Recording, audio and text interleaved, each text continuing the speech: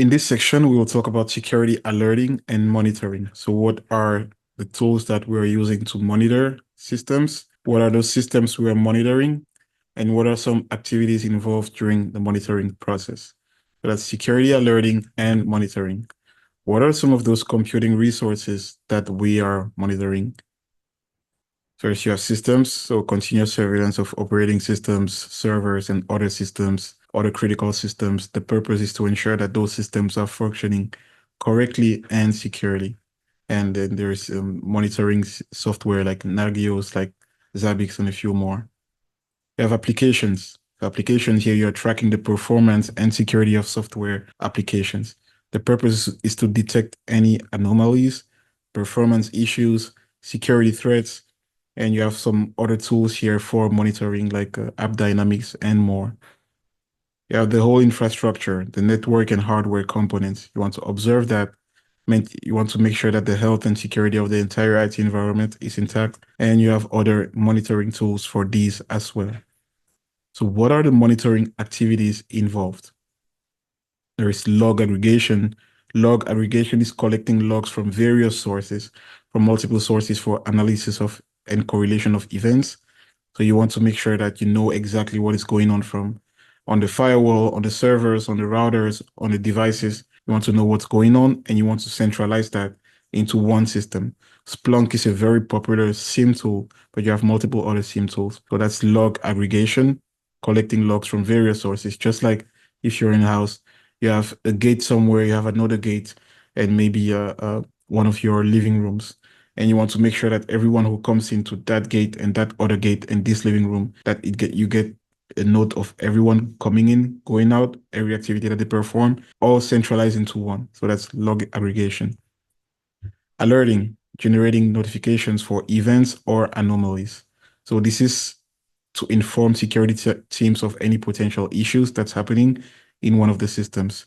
Here are the tools. You have SIEM, like Splunk, you have data loss prevention.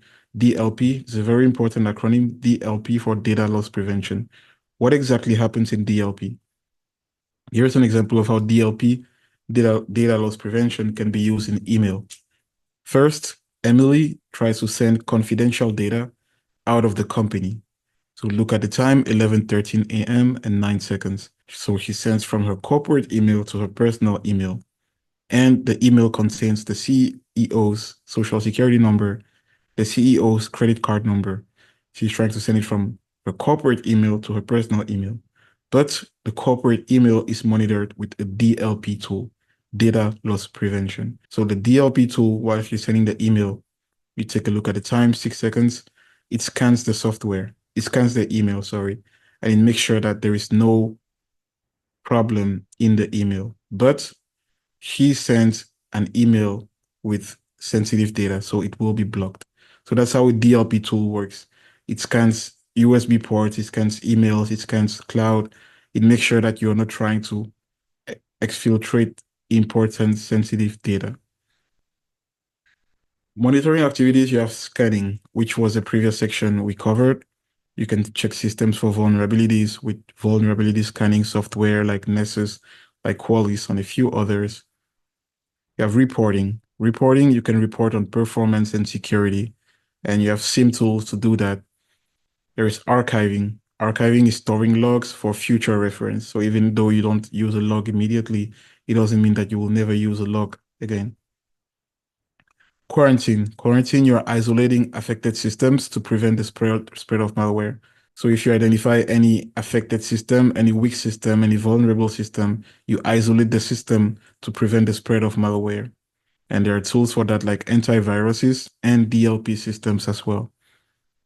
You have alert tuning. What is alert tuning? You're adjusting the threshold to reduce false positives.